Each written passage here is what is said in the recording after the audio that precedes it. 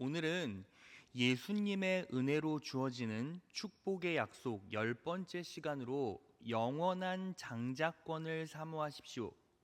영원한 장자권을 사모하십시오라는 제목을 가지고 은혜의 말씀 선포하겠습니다. 여러분, 오늘 본문 말씀을 보면 이렇게 시작합니다. 믿음으로 야곱은, 이 단마디에서 우리는 무엇을 유추해 볼 수 있죠? 오늘 본문 말씀 안에는 야곱의 믿음이 담겨 있다는 겁니다. 자, 오늘 본문 말씀을 가만히 묵상하고 관찰하고 분석해 보면 야곱의 믿음이 세 갈래로 드러나요. 세 가지 진리로 나타난다는 거예요. 그런데 이 세 가지 진리는 전부 하나로 귀결됩니다. 바로 예수님의 은혜예요. 자, 그래서 오늘 본문 말씀 안에는 우리가 꼭 알아야 할 예수님의 은혜 세 가지가 있습니다. 이 진리는 우리를 훈계하기도 하고 위로하기도 하고 격려하기도 할 것입니다. 오늘 이 진리를 삶에 잘 녹여내셔서 궁극적으로는 그리스도인의 정체성을 되찾고 남은 인생 능력의 길, 승리의 길 걸어가시는 귀한 자녀 되시기를 진심으로 축원합니다. 자, 오늘 성령 하나님께서 우리에게 주신 말씀의 진리는 세 가지예요. 하나하나 살펴보겠습니다. 첫째, 다 같이 한번 읽어볼까요? 시작. 영원한 장자권을 사모하십시오. 영원한 장자권을 사모하라는 거예요. 오늘 본문 말씀 21절 상반절을 보면 이렇게 나와 있습니다. 믿음으로 야곱은 죽을 때에 요셉의 각 아들에게 축복하고 야곱이 죽을 때에 각 아들에게 축복했대요. 이 축복은 정확하게 장자권을 말합니다. 여러분, 오늘 말씀의 핵심 키워드, 가장 중요한 핵심이 바로 이 장자권이에요. 여러분, 이 장자권은 어디에서부터 거슬러 올라옵니까? 바로 아브람에게서부터 시작하죠. 야곱은 장자권을 갖고 있었어요. 그런데 야곱이 어떻게 이 장자권을 갖게 되었습니까? 형 에서에게로부터 넘겨받은 것이죠. 자, 그럼 제가 여러분들에게 질문을 던져보겠습니다. 여러분, 야곱이 가지고 있었던 이 장자권은 야곱이 도둑질한 겁니까? 에서가 판 겁니까? 에서가 판 거예요. 그런데 왜 우리는 자꾸 야곱이 도둑질했다라고 생각합니까? 자, 여러분, 정확하게 말하면 이 장자권은 에서가 야곱에게 팥죽 한 그릇에 팔아버린 거예요. 그래서 이 야곱이 장자권을 갖게 되었죠. 그런데 이 장자권은 정확하게 무엇을 상징합니까? 우리가 기존에 알고 있었던 그러한 장자의 권리가 아니에요. 이 장자권은 바로 영생을 소유할 수 있는 권리, 천국을 소유할 수 있는 권리를 상징합니다. 왜 그렇게 설명할 수 있습니까? 제가 지금부터 천천히 설명해 볼게요. 여러분, 에서가요 팥죽 한 그릇에 장자권을 넘겨버렸죠. 자, 그런데 왜 에서가 장자권을 단 팥죽 한 그릇에 넘겼을까요? 왜 넘겼습니까? 바로 이 장자권을 경홀히 여겼기 때문이에요. 자, 말씀 찾아보겠습니다. 창세기 25장 34절이에요. 다 같이 읽겠습니다. 시작. 야곱이 떡과 팥죽을 에서에게 주매 에서가 먹으며 마시고 일어나서 갔으니 에서가 장자의 명분을 경홀히 여김이었더라. 자, 장자의 명분을 경홀히 여겼대요. 누가? 에서가.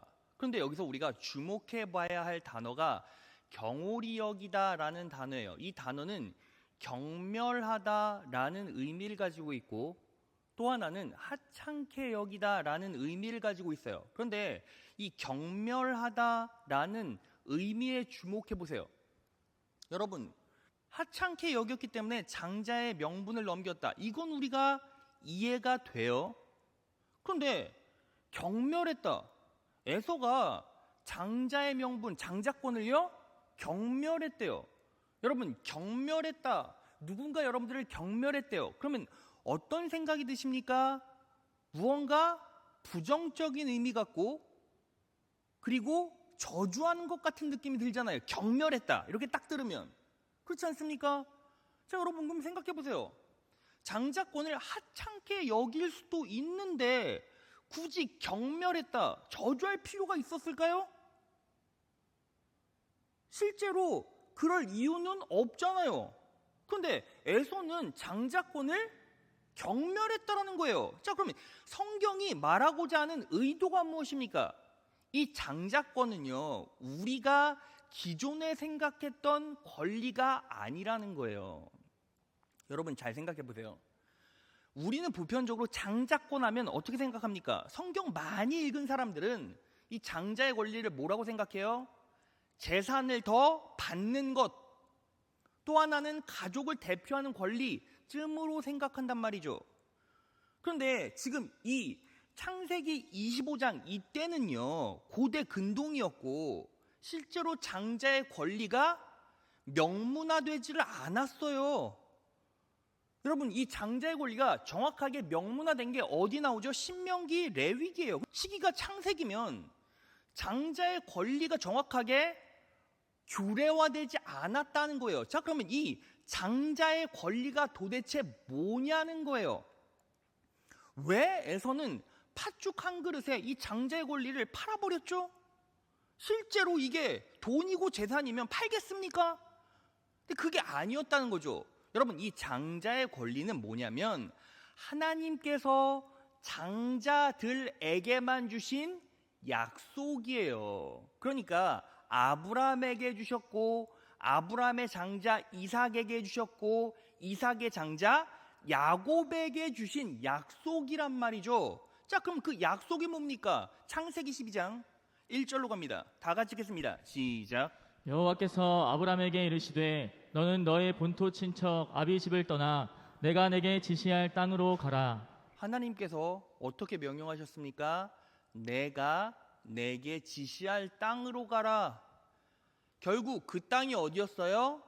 가나안이었다고요. 가나안. 자, 그러면요, 성경에서 가나안은 무엇을 상징합니까? 영원한 천국을 상징하는 거죠. 자, 그러니까 한마디로 하나님께서 아브라함에게 이렇게 말씀하시는 거예요. 아브라함아, 네 생활 환경들을, 가족들을, 네 가산을 전부 다 옮겨서 내가 지시한 땅으로 가라. 그렇게 내 말에 순종하면 결국 너는 영원한 가나안 땅, 천국을 소유할 거야 라고 말씀하신 거라고요. 목사님, 너무 그렇게 해석을 급진적으로 하실 수 있습니까? 여러분, 제가 해석한 게 아니라 성경이 그렇게 말하고 있어요. 히브리서 11장으로 갑니다. 믿음으로 아브라함은 하나님이 주시겠다고 약속하신 땅으로 가라는 명령을 받고, 이 명령이 뭐예요? 창세기 12장 1절의 명령이죠. 내가 내게 지시한 땅으로 가라. 그 약속하신 땅이 어디입니까? 가나안이죠. 그대로 순종하였습니다. 그는 가야 할 곳이 어딘지도 모른 채 떠났던 것입니다. 9절. 믿음으로 그는 약속받은 낯선 땅으로 가서 같은 약속을 받은 이삭과 야곱과 함께, 이 약속이 어디로 흘러갑니까? 장자에게 이삭과 야곱에게 흘러가죠. 나그네처럼 천막 생활을 하였습니다. 10절 다 같이 읽겠습니다. 시작. 그것은 하나님께서 설계하여 세우신 견고한 하늘의 도성을 바라고 있었기 때문입니다. 하늘의 도성을 바라고 있었대요. 하나님께서 가나안으로 가라, 내가 내게 지시한 땅으로 가라 라고 말씀하셨는데, 아브라함은 어떻게 했습니까? 전부 다 재산과 환경과 가정을 전부 다 포기하고 하나님의 말씀에 순종하여 나그네 생활을 시작한 거예요. 그러면서 그 마음속에 뭐가 있었습니까? 하나님께 순종하면 나는 어디 간다? 영원한 가나안 땅, 천국, 하늘의 도성으로 갈 수 있을 거야. 이 약속 하나 믿고 전부 포기하고 뭐 했다고요? 하나님 말씀에 순종했다고요. 자, 그러면 이 언약이, 이 약속이 어떻게 이어졌겠습니까? 자, 아브라함이요, 이 장자 이삭에게 말합니다. 야, 이삭아, 하나님께서 약속의 땅을 주신대. 그 땅이 어디예요, 아빠? 아버지? 몰라. 근데 일단은 가라고 하신다. 그러니까 우리 떠난 거야. 그래서 나그네 생활하는 거야. 그런데 걱정하지 말아라. 가다가 죽어도 우리는 어디가? 천국 가. 가다가 죽어도 천국 가. 이게 약속이야. 그러니까 우리 천국 바라보며 어딘지 모르지만 일단 순종하고 가자. 그 순종 가운데 뭐가 있어요? 재산 다 정리해야 되죠. 환경 다 정리해야 되죠. 생활을 다 정리해야 돼요. 그리고 목표도 없는데 그냥 말씀에 의지하여 가는 거예요. 그런 순종함이 있었다고요. 그렇게 이삭에게, 장자에게 약속이 이어졌죠. 자, 그러면 이삭은요, 이제 누구에게 이 약속을 말합니까? 당연히 에서와 야곱에게 말했겠죠. 아들이 둘이 있었으니까. 그런데 이 야곱은요, 그 말을 실제로 믿었어요. 그러니까 장자권을 귀하게 여겼죠. 그런데 에서는요, 야, 천국은 죽어봐야 알고 나는 지금 배고프니 팥죽 내놔라. 야, 그리고 너 뭐해? 장자권 가져. 이렇게 돼버린 거예요. 그러니까 여러분, 실제로 에서의 마음 가운데는 뭐가 없었어요? 천국을 믿는 마음, 영생을 소유하고 싶은 선한 욕심이 없었던 거죠. 목사님, 에서가 그런 마음을 가졌다는 걸 어떻게 알 수 있습니까? 자, 히브리서 12장으로 갑니다. 또 음란한 사람이나 한 그릇 음식 때문에 맏아들의 특권을 팔아버린 에서와 같은 불신앙의 사람이라고 나와있죠. 에서를 정확하게 두 가지로 표현해요. 첫 번째, 음란한 사람. 여러분, 성경에서 음란한 사람은 어떤 사람이죠? 부주인을 섬기는 사람, 영적인 간음을 한 사람을 말해요. 에서와 같은 불신앙의 사람이래요. 불신앙이란 믿음이 없었다라는 거죠. 두 주인을 섬겼어요. 하나님도 알고 있었는데 에서에게는 뭐가 더 우선했어요? 팥죽이 더 우선했다고요. 팥죽이 에서의 신이었고 삶의 주인이었던 거죠. 에서와 같은 불신앙의 사람이 생기지 않도록 하십시오. 17절. 여러분이 알다시피 에서는 그 후에 아버지의 축복을 받으려고 눈물을 흘리면서 구하였으나 거절당했으며 회개할 기회를 얻지 못했습니다. 여기서 회개가 헬라어로 메타노이아. 여러분, 이 메타노이아 많이 들어봤죠? 메타노에오 어디서 들어봤습니까? 예수님께서 공생의 사역 시작하실 때 회개하라, 천국이 가까웠느니라. 무슨 소리예요? 회개하는 사람만 천국을 소유할 수 있다. 그런데 에서는 회개할 기회를 박탈당했죠. 무슨 뜻입니까? 천국을 소유할 수 있는 믿음이 없었다는 거예요. 여러분, 그래서 우리가 여기서 무엇을 할 수 있습니까? 이 영적인 장자권은 정확하게 말하면 천국을 소유할 수 있는 권리였고, 에서는 그 권리를 실질적인 장자로서 가지고 있었음에도 불구하고 보이는 팥죽 한 그릇, 여러분, 팥죽이 뭐예요? 실제로 맛있는 거, 달콤함을 느낄 수 있는 거, 든든함을 누릴 수 있는 거, 보암직하고 먹음직하고 느낄 수 있고 든든해질 수 있고 채워질 수 있고 누릴 수 있는, 보여지는 것 때문에 보이지 않는 천국을 포기했다는 거예요. 에서는 무엇을 알고 있었음에도 불구하고 하나님을 알고 모든 교육을 3대째 받았잖아요. 할아버지가 아브라함, 아버지가 이삭. 그래서 이 에서의 신앙을 딱 한마디로 표현한 구절이 창세기 25장 32절이에요. 다 같이 읽겠습니다. 시작. 에서가 말했습니다. 내가 지금 죽을 지경인데 장자권이 내게 무슨 소용이냐? 내가 지금 죽을 지경인데, 내가 지금 목구멍이 포도청인데 창자권이 무슨 소용이냐? 여러분, 죽을 지경인데 뭔 소리예요? 배고프다는 거죠. 장자권은 뭐예요? 천국을 말하죠. 그러니까 내가 지금 삶에서 배고픈데 천국이 내게 무슨 소용이야? 이게 뭐예요? 에서가 말한 거라고요. 여러분, 이 시대를 살아가는 그리스도인들이 능력이 없고 이 시대에 많은 교회들이 능력이 없는 이유가 뭔지 아십니까? 여러분, 이 시대를 살아가는 많은 목회자들이 변질되고 썩어가는 이유가 뭔지 아세요? 이 팥죽을 인정하기 때문이에요. 여러분, 주일 예배가 끝나면 이제 사역자들이 교구 점검을 합니다. 그런데 여러분, 저부터 회개할 겁니다.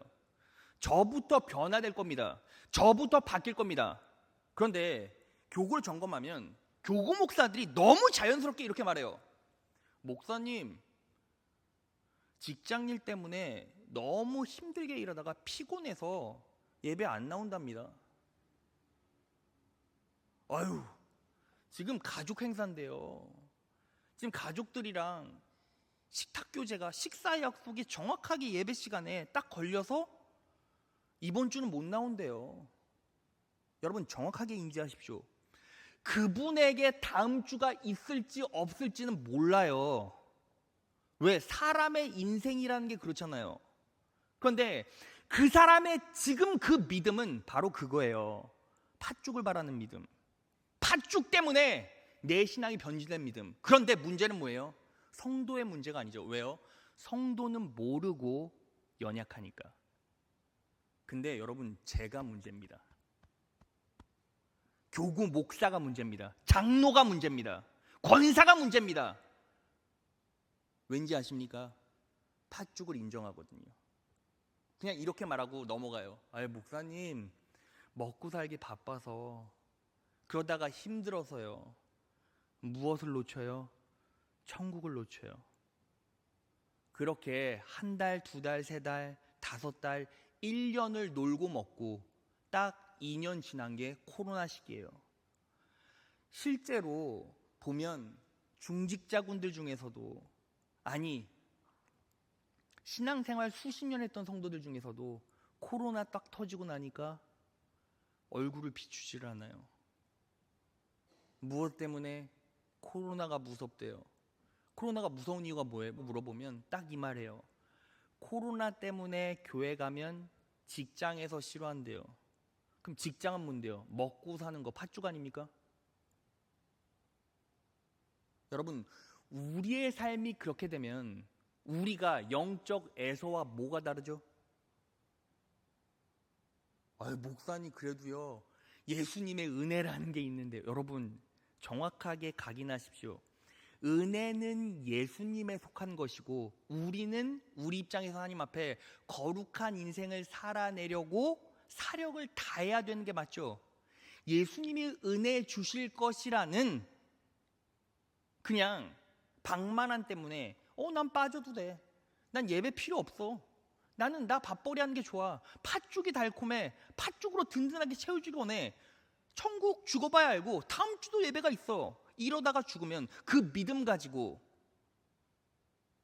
저는 모르겠습니다. 제 목회적 신앙 양심상 그 사람이 천국 간다, 그 사람이 구원받았다 라고 단정짓거나 확신할 수가 없어요.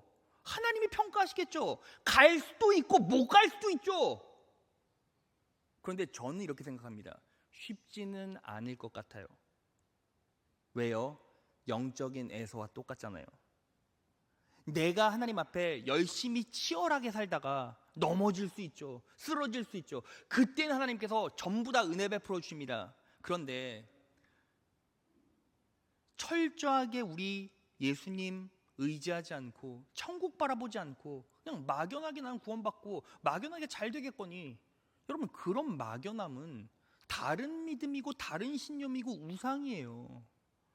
분명히 기억하시고 내 신앙을 점검하셔서 여러분 이렇게 힘들 때 공동체가 여러분 한국교회가 침체됐고 여러분들의 영혼과 가정이 침체되지 않았습니까? 이 말씀을 잘 각인하고 기억하셔서 이제 다시 진짜 예수 믿는 사람으로 회복되시고 돌아오셔서 능력의 길, 천국 소망 가지고 승리한 여러분 되시기를 진심으로 축원합니다. 자, 그러면 우리가 이제 어떻게 이 영적인 장자권을 소유할 수 있을까요? 자, 이게 바로 두 번째 대제예요. 둘째. 다 같이 읽겠습니다. 시작. 예수님의 구원의 은혜를 알고 축하하고 축복하십시오. 예수님의 구원의 은혜를 알고 축하하고 축복하라는 거예요. 여러분, 오늘 본문 말씀 21절 상반절을 다시 보겠습니다. 믿음으로 야곱은 죽을 때에 요셉의 각 아들에게 축복하고 라고 나와 있어요. 야곱이 요셉의 아들들에게 축복했다라는 거죠. 자, 그런데 이 야곱이 요셉의 아들들에게 축복했던 이 본문 말씀의 그림은 정확하게 어떤 말씀을 말하는 겁니까? 창세기 48장의 사건을 말해요. 여러분, 창세기 48장을 보면 이제 야곱이 죽을 때가 되니까 장자권, 장자의 축복을 베풀기 위해서 요셉이 두 아들을 데리고 야곱 앞에 세워요. 한 명은 므낫세고 한 명은 에브라임이었죠. 그런데 장자가 누구예요? 므낫세고 차자가 에브라임인 거예요. 그러니까 전통적으로 장자가 므낫세였기 때문에 오른쪽 손으로 축복받게 하려고 왼편에 세웁니다. 장자는 언제나 능력과 권세를 상징하는 오른쪽으로 축복받게 돼 있어요. 그런데 이 야곱이 너무 놀랍게도 어떻게 축복합니까? 야곱이 오른손으로 손을 어긋나서 누구에게? 에브라임에게. 그 왼손으로 누구에게? 므낫세에게. 자, 엇갈린 손을 쭉 올려보면 십자가를 예표해요. 야곱이 베푼 축복은 정확하게 무엇을 예표합니까? 예수 그리스도의 은혜를 상징해요. 자, 그러면 이 축복이요, 예수님의 은혜를 상징한다는 건 우리가 어떻게 알 수 있을까요? 자, 여러분 보세요. 야곱이 왜 에브라임에게 축복했습니까? 이유가 없어요. 장자권이 뭐라고 했죠? 천국이라고 했죠. 이유 없이 천국의 영생의 권리를 줬어요. 값 없이 천국 갈 수 있는 은혜를 베풀었죠. 정확하게 무엇을 상징해요? 예수님의 은혜를 상징하죠. 그러면 조금 더 깊이 있게 실제적인 증거를 해볼까요? 여러분, 야곱이 죽을 때 요셉을 축복할 때 그 내용이 무엇이었습니까? 창세기 49장 24절 다 같이 읽겠습니다. 시작. 요셉의 활이 도리어 경강하며 그의 팔이 힘이 있으니 야곱의 전능자의 손을 힘입음이라. 그로부터 이스라엘의 반석인 목자가 나도다. 여러분 잘 보세요. 요셉을 축복하죠. 그런데 어떻게 축복합니까? 야곱의 전능자의 손을 힘입음이라. 그로부터 이스라엘의 반석인 목자가 나도다. 여기서 이스라엘의 반석인 목자, 정확하게 누구를 예표해요? 예수 그리스도를 예표하죠. 근데 여러분 여기서 의문점. 여러분 지금요, 요셉 에브라임을 타고 축복을 했어요. 그리고 그게 예수님의 은혜를 예표한대요. 근데 실제로 예수님은 에브라임 지파가 아니라 유다 지파에서 나와요. 자, 그러면 에브라임 지파에서 예수님의 은혜, 예수님이 나온다는 증거가 어디 있습니까? 자, 여러분, 예수를 상징하는 인물 하나가 어디에서 나옵니까? 에브라임 지파에서 나와요. 그 에브라임 지파에서 나오는 예수를 정확하게 상징하는 인물이 누구예요? 여호수아예요. 여호수아. 여러분, 여호수아의 헬라어가 뭐죠? 예수예요. 그럼 목사님, 여호수아가 실제로 예수님의 은혜를 상징한다는 증거가 있습니까? 여러분, 이스라엘 백성들이 40년 동안 광야에서 유리하다가 이제 어디로 들어갑니까? 가나안으로 들어가요. 그런데 가나안으로 들어가는데 누군 들어가고 누군 못 들어갑니까? 모세는 못 들어가고 여호수아만 들어가요. 모세가 왜 못 들어가는지 아십니까? 모세가 무엇을 상징합니까? 율법을 상징해요. 자, 요한복음으로 갑니다. 요한복음 1장 17절. 율법은 모세로 말미암아 주어진 것이요 은혜와 진리는 예수 그리스도로 말미암아 온 것이라. 모세는 무엇을 상징해요? 율법을 상징하죠. 그러니까 율법은 가나안에 들어갈 수가 없어요. 가나안은 무엇을 상징한다고요? 천국을 상징한다고요. 그러니까 율법으로는 천국에 들어갈 수 없죠. 그런데 여호수아는 헬라어로 예수, 여호수아는 들어가요. 그러니까 이스라엘 백성들이 누구를 앞세우고 가나안 천국에 들어갑니까? 여호수아 예수를 앞세우고 들어가요. 그러니까 정확하게 여호수아는 누굴 예표합니까? 예수, 예수님의 은혜. 여호수아가 어디로부터? 에브라임으로부터. 그럼 여호수아가 상징하는 뭔데? 왜 야곱이 에브라임에게 장자권을 주고 축복했죠? 이유가 없어요. 값없이 주시는 천국, 그 천국을 상징하는 인물 여호수아, 헬라어로 예수. 믿으시는 분 아멘.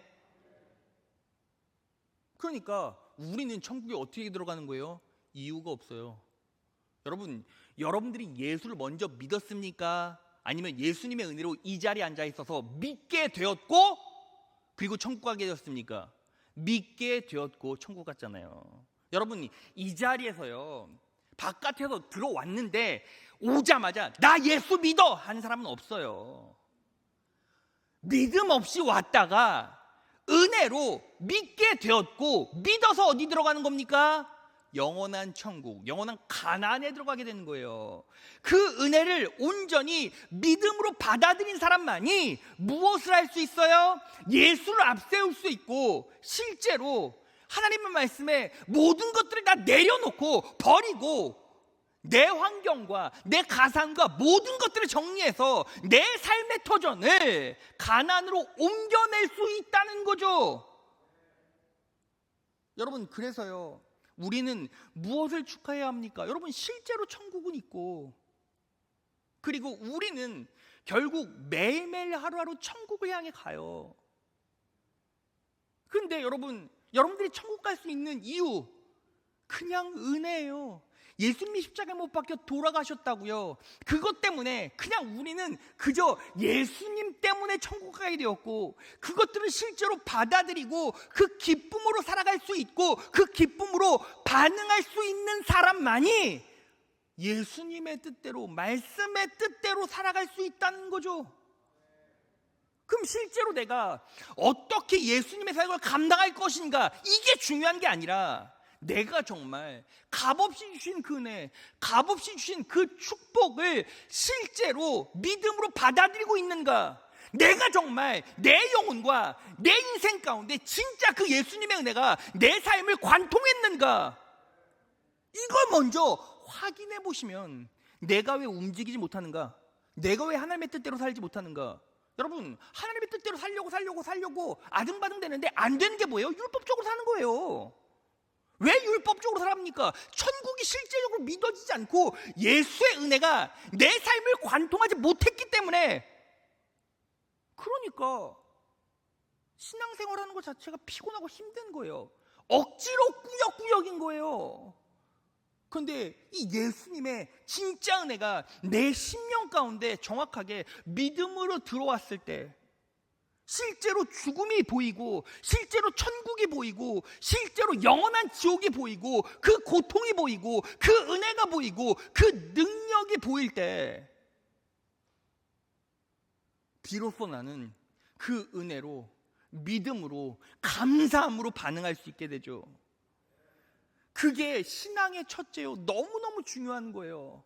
여러분, 제가요 2022년에 들어서 매일 하는 얘기가 뭐밖에 없습니까? 예수님의 은혜밖에 없어요. 예수님의 은혜밖에 없다고요. 왜요? 제가 여러분들에게 이렇게 사역하셔야 됩니다, 이렇게 행동하셔야 됩니다, 이렇게 살아야 됩니다 라고 얘기해봤자 결국 그렇게 살 수가 없어요. 예수님의 은혜를 온전히 깨닫고 그 사랑이, 그 기쁨이, 그 소망이 내 심장 가운데 실제적인 능력으로 임한 사람만 반응해서 예배 자리에 올 수 있고 그 능력으로 삶에서 승리할 수 있는 거예요. 예수를 앞세웠을 때 우리에게는 어떤 놀라운 축복이 임합니까? 거시적으로는 천국이 우리의 소유가 돼요. 영생을 소유하게 됩니다. 불멸의 존재로 살아갑니다. 영원히 죽지 않아요. 믿으십니까? 그 이 땅에서는요. 이 땅에서는 놀라운 축복을 받죠. 목사님, 제가요 이렇게 물어보고 싶어요. 목사님, 실제로 죽어서 천국 간다라는 거 믿음으로 받아들이겠습니다.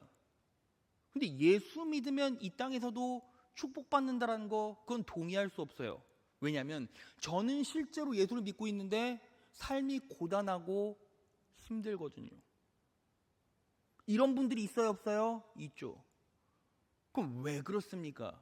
여러분, 이건요 성령 하나님의 사인이고 그 안에도 놀라운 예수님의 은혜가 있어요. 예수님이 그렇게 하신 의도는 딱 하나입니다. 바로 예수님만 의지하라는 거예요. 자, 여러분, 이게요 바로 이 내용이 세 번째 대제예요. 셋째. 다 같이 읽겠습니다. 시작. 야곱의 지팡이의 의미를 마음에 새기십시오. 야곱의 지팡이의 의미를 마음에 새기라는 거예요. 이 안에는 인생의 축복과 그리고 고난이 전부 다 녹아져 있어요. 자, 오늘 본문 말씀 히브리서 11장 21절을 현대인 성경으로 보면 이렇게 나와 있어요. 믿음으로 야곱은 죽을 때 그의 지팡이를 의지하여 하나님께 경배드렸습니다. 야곱이 죽을 때 그의 무엇을 의지하며 하나님께 경배했어요? 무엇을 의지하며? 지팡이. 감사해요. 크게 얘기해 주셔서. 자, 그럼 여러분, 이 지팡이는 정확하게 무엇을 상징합니까? 예수님 혹은 예수님의 은혜를 상징해요. 자, 왜 그렇습니까? 야곱은 믿음으로 지팡이를 의지하여 하나님께 경배했대요. 자, 그럼 우리는 누구를 의지하여 예배하고 기도합니까? 예수님을 의지하여. 자, 보세요. 우리가 기도할 때 어떻게 기도합니까? 하나님 아버지 감사합니다. 기도 끝낼 때 어떻게 합니까? 예수님의 이름으로 기도합니다. 기도할 때, 하나님께 기도할 때 누구를 의지합니까? 예수의 이름. 예수를 의지하며 기도하죠. 예수를 의지하며 경배하는 거예요. 자, 그러니까 야곱이 의지한 지팡이는 정확하게 예수님의 은혜를 상징합니다. 이 지팡이가 예수님의 은혜를 상징한다라는 정확한 증거를 말해볼게요. 이 지팡이라는 헬라어는 랍두스라고 하는데 막대기라는 의미예요. 막대기. 근데 이 막대기가 히브리어로는 호테르예요. 호테르. 근데 이 호테르가 어디서 나오냐면 이사야 11장 1절. 다윗 왕족의 혈통은 잘라진 나무처럼 끊어질 것이지만 줄기에서 새순이 돋고, 다윗 왕족의 혈통은 잘라진 나무처럼 끊어질 것이지만 줄기에서 새순이 돋아요. 이 새순이 바로 호테르, 막대기예요. 뿌리에서 새 가지가 나오듯이 다윗의 후손 가운데서 한 새로운 왕이 일어날 것이다. 새순은, 호테르 막대기는 새로운 왕을 의미해요. 새로운 왕, 누굴 말하죠? 예수 그리스도를 말하죠. 2절. 여호와의 성령께서 그에게 자기 백성을 다스릴 지혜와, 새로운 왕이에요, 그 지식과 재능을 주실 것이며 그는 여호와의 뜻을 알고 그를 두려운 마음으로 섬길 것이며 3절. 그에게 순종하는 것을 즐거움으로 여길 것이다. 성령이 임하고 지혜와 능력으로 하나님께 끝까지 순종해요. 예수님께서 끝까지 하나님의 뜻을 순종해서 십자가에 못 박혀 돌아가시죠. 그러니까 이 새로운 왕, 새순, 호테르는 누구를 예표합니까? 예수 그리스도를 예표하죠. 이 호테르 헬라어 랍두스. 랍두스가 뭐예요? 지팡이. 그러니까 지팡이는 뭐예요? 예수 그리스도, 그 은혜를 예표하죠. 자, 그러면 여러분, 이 야곱의 지팡이가 어디에서 유일하게 딱 나옵니까? 바로 창세기 32장에 나와요. 자, 창세기 32장 10절이에요. 주님께서 주님의 종에게 베푸신 이 모든 은총과 온갖 진실을 이 종은 감히 받을 자격이 없습니다. 제가 이 요단강을 건널 때 가진 것이라고는 지팡이 하나뿐이었습니다만, 여기서 야곱의 지팡이가 나오는 거예요. 자, 그런데 제가 이 요단강을 건널 때 이게 어떤 때였어요? 형에게 미움을 사서 도망가게 되죠. 외삼촌 라반에게 가게 되잖아요. 그래서 요단강을 건너잖아요. 그때 가진 것이라고는 뭐밖에 없었어요? 지팡이 하나뿐이었습니다만, 이제 저는 이처럼 두 무리나 이루었습니다. 여러분, 두 무리는 뭐를 말해요? 갑절의 축복을 말하죠. 이 지팡이는 무엇을 예표한다고요? 예수님의 은혜를 말하죠. 야곱이 외삼촌네 집에 갈 때는 뭐밖에 없었어요? 지팡이, 예수님의 은혜밖에 없었어요. 그런데 돌아올 때는 갑절의 축복을 받았습니다. 믿으십니까? 예수님의 은혜를 가진 자는 갑절의 축복이 임합니다. 이 지팡이가 무엇을 상징하죠? 예수님의 보호하심을 상징하죠. 왜 실제로 왜 그렇습니까? 자, 보세요. 야곱이 20년 동안 외삼촌 라반의 집에서 뭐 했어요? 양쳤잖아요. 20년 동안 목자로 양쳤잖아요. 그러면 그때 어떤 위험이 있었습니까? 들짐승이 덤볐겠죠. 그리고 밤낮으로 도둑놈들이 양 뺏으려고 달려들었죠. 그럼 어떻게 합니까? 자, 이제 야곱이 외삼촌 라반에게 이런 고백을 해요. 창세기 31장 38에서 39절. 내가 20년 동안 외삼촌과 함께 있었지만 외삼촌의 양이나 염소가 낙태한 적이 없으며 또 내가 외삼촌의 순양을 먹은 일도 없습니다. 그리고 사나운 짐승에게 찢겨 죽은 것은 외삼촌에게 가져가지 않고, 무슨 뜻입니까? 사나운 짐승이 양에게 달려들어서 찢어 죽였다는 거죠. 그 가운데 누가 있었어요? 야곱이 있었다는 거예요. 내가 언제나 그 손실을 보충하였고, 낮에 도둑을 맞았건 밤에 도둑을 맞았건 밤낮 누가 있었다는 거죠? 도둑이 있었다는 거죠. 외삼촌의 요구에 따라 내가 그것을 물어내었습니다. 자, 그러니까 야곱은 양칠 때 어땠어요? 들짐승의 공격이 계속 있었죠. 양을 찢어 죽였어요. 자, 그럼 야곱이요, 양 찢어 죽일 때 가만히 있었겠습니까? 무엇으로 그 들짐승을 몰아냈겠어요? 뭐로? 지팡이로. 도둑놈이 밤낮으로 막 달려들었어요. 그런데 그 도둑놈을 퇴치하기 위해서, 몰아내기 위해서 무엇 가지고 싸웠겠어요? 지팡이로. 자, 그러면 지팡이는 무엇입니까? 내 재산을 뜯어가고 밤낮으로 나를 공격하는 도둑놈으로부터 보호해준 도구가 뭐예요? 지팡이고 예수님의 은혜라는 거예요. 그래서 예수님의 은혜를 온전히 앞세우면 뭐예요? 우리 예수님께서 우리의 가산을 지켜주시고 우리를 공격하는 밤낮의 도둑들을 향해서 우리 예수님의 은혜로 보호받고 싸워 이길 수 있고, 그래서 어떻게 된다? 갑절의 축복을 받는다고요. 갑절의 축복을 받는다고요. 누구를 앞세우면? 예수님의 은혜를 앞세우면, 예수님의 은혜를 내 삶의 지팡이 삼으면. 믿으시는 분 아멘? 근데 목사님, 원래 3대지 들어갈 땐 이렇게 말씀하셨는데요. 고난의 이유를 설명해달라고 했는데 이제 설명하려고요. 자, 여러분, 그런데 이 32장은요 정확하게 어떤 사건의 핵심이에요? 지팡이 들고 요단강 건너갔다, 이게 핵심이 아니라 약복강가에서 하나님의 사자와 싸운 사건이 핵심이죠. 그런데 여러분, 하나님께서요 이제 야곱이 이제 강 건너서 이제 고향으로 가려고 하는데 하나님의 사자를 보내셔서 씨름시키셨어요. 밤새도록 씨름했어요. 근데 어떻게 되었습니까? 환도뼈가 똑 부러졌죠. 자, 그 장면 보겠습니다. 창세기 32장 25절. 그 사람이 자기가 야곱을 이기지 못함을 보고 하나님의 사람이 야곱의 환도뼈를 치매, 야곱의 환도뼈가 그 사람과 씨름할 때에 위골되었더라 라고 나와 있어요. 환도뼈가 부러졌대요. 여러분, 환도뼈가 뭐냐면 아주 쉽게 설명하면 이런 거예요. 척추뼈가 있죠. 척추뼈와 허벅지뼈가 있어요. 척추, 허리뼈와 허벅지뼈 사이에 엉덩이뼈가 있잖아요. 그러니까 척추와 허벅지를 이어주는 뼈가 부러졌다고요. 누구랑 씨름해서? 하나님이 보내신 사자랑 씨름해서. 자, 그러면 여러분, 제가요 여러분들에게 물어볼게요. 여러분, 이 환도뼈가 부러지면 어떻게 됩니까? 장애인 돼요. 평생 뭐 해야 돼요? 쩔뚝거려야 돼요. 그래서 야곱이 그때부터 죽을 때까지 쩔뚝거렸어요. 그런데 하나님께서 왜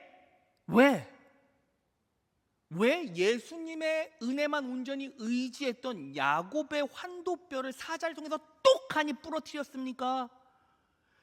똑하니 부러뜨렸기 때문에 이제 야곱은 평생 무엇을 의지해야 돼요? 지팡이를 의지해야 돼요. 여러분, 지팡이는 무엇을 의미한다고요? 예수님의 은혜. 여러분, 그러면 왜 하나님께서 야곱에게 사자를 보내 왜 그런 고난을 허락하셨을까요? 이유는 단 하나, 지팡이를 의지하라. 예수님의 은혜만을 의지하라. 그런 의미예요.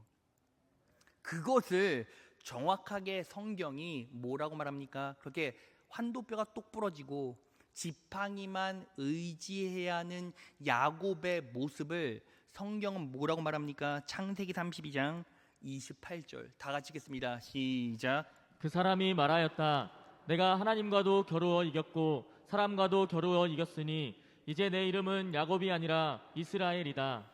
내가 하나님과 겨루어 뭐했고 이겼고 사람과도 겨루어 이겼으니 이스라엘이다. 여러분, 온전히 환난과 맞서서 싸우다가 이제 영원한 장애인이 되었지만 그래도 지팡이만 의지하는 거, 예수님만 의지하는 그 상태를 성경은 뭐라고 말합니까? 이겼다, 승리라고 말해요. 그리고 그 야곱의 이름이 어떻게 바뀌어요? 이스라엘로 바뀝니다. 바로 예수만 의지하는 자가 진짜 이스라엘 백성이라는 거예요. 말씀 정리해 보겠습니다. 여러분, 우리가 신앙생활을 하고 수십 년이 지납니다. 그런데 우리가 생각하는 건 항상 나는 이렇게 살았는데, 나는 이런 직분을 맡았었는데, 그렇게 내 신앙생활을 과거로 바라보고 자위하면서 뭐합니까? 그냥 그것에 만족하고 넘어가는 거예요. 그러다가 무엇을 놓쳐요? 신앙의 정체성을 놓쳐요. 내가 정말 그리스도인인지 그리스도인이 아닌지도 나도 모르는데 망각해요. 그걸 어떻게 할 수 있습니까? 어느 순간 우리는 에서가 돼버리는 거예요. 천국 소망으로 살아가는 것이 아니라, 예수님의 은혜로 살아가는 것이 아니라,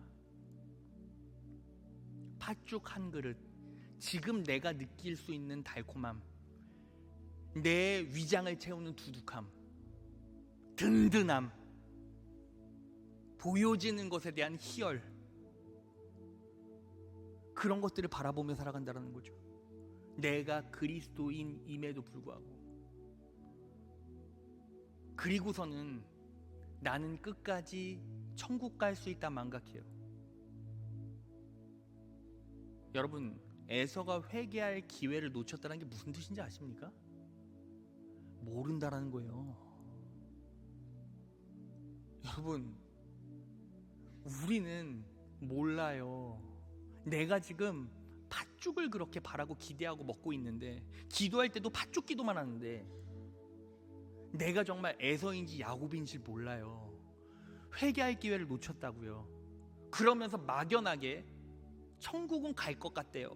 근데 막상 기가 막힐 상황 가운데 임하게 되면 더 아파하고 하나님을 원망해요. 천국 소망을 바라보고 하나님께서 내게 주신 믿음으로 나아가야 합니다. 그런데 우린 그러질 못해요. 왜요? 천국을 보지 못하고 내 자리가 지금 값없이 주어진 놀라운 예수님의 은혜, 그 피값으로 주어진 아무런 대가 없이 주신 구원의 은혜가 내게 임했기에 내가 지금 그리스도인이라는 이름으로, 목사라는 이름으로, 장로라는 이름으로, 권사라는 이름으로, 집사라는 이름으로 이 자리에 있다는 걸 망각해요. 여러분, 제가 공부 열심히 하고 성경 달달달 외워서 목사 된 겁니까? 장로님들이 어떤 교회 공헌을 해서 하나님의 나라에 공헌을 해서 장로의 자리에 앉은 겁니까? 그게 아니라고요. 오직 예수님의 은혜 때문에 자격도 안 되고 권리도 없고 아무것도 할 수 없는데 그냥 예수님께서 사랑하니까 그냥 저를 이 자리로 세워주셨다고요.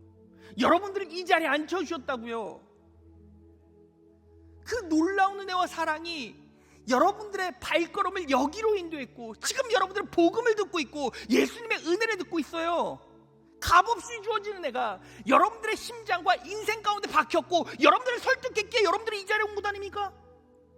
그런데 우리는 그 은혜를 망각하고 매일매일 바라는 게 팥죽밖에 없잖아요. 이제 우리는 뭐 해야 합니까? 영적 장자권을 회복해야 된다는 거예요. 내가 지금 누구를 의지하고 있는가? 내가 무엇을 향해서 누구를 앞세우고 살아가고 있는가? 온전히 기억해야죠. 여러분, 하나님께서 우리의 환도뼈를 꺾으시고 우리의 척추뼈를 꺾으시고 그 신경이 내 온 육체를 아프게 할 만큼 나를 힘들게 할 때 무슨 사인인 줄 알아야 합니까? 예수님만 의지하라는 사인으로 생각하고 그분 의지해야죠. 그래서 저는 이렇게 고백합니다. 하나님 아버지, 제가 의지할 분은 예수밖에 없고, 그리고 내 손에 쥐어진 것은 오직 예수님의 은혜, 지팡이밖에 없습니다. 내가 삶을 살다 또 쩔뚝거리고, 내가 삶을 살다 또 넘어지고, 내가 삶을 살다 또 기가 막힐 환경 속에서 또 아파하고 힘겨워할지라도, 그래도 제가 가지고 있는 건 예수님의 은혜이고 그 지팡이 붙잡고 삶을 살아가면서 쩔뚝거린다 할지라도 끝까지 예수님 의지하며 살아보겠습니다. 여러분, 이게 천국으로 나아가는 그리스도인의 진짜 모습 아니겠습니까? 여러분, 부흥은 그 영혼 깊숙한 곳에서 그 믿음에서부터 시작됩니다. 여러분, 저도 제 영혼과 제 인생의 틀을 바꾸겠습니다. 교구 목사님들도 바꾸십시오. 장로님들도 바꾸십시오. 권사님들도 바꾸십시오. 오직 예수님의 은혜이고 천국 소망이고 그리고 하나님께서 부어주시는 놀라운 축복입니다. 그 지팡이 하나만 여러분의 손에 쥐어져 있다면 여러분들은 절대로 무너지지 않고 영원한 이스라엘로 살아갈 수 있을 것입니다. 오늘 이 말씀을 삶에 잘 녹여내셔서 예수님의 은혜로 끝까지 승리의 길 걸어가시는 귀한 자녀 되시기를 진심으로 축원합니다.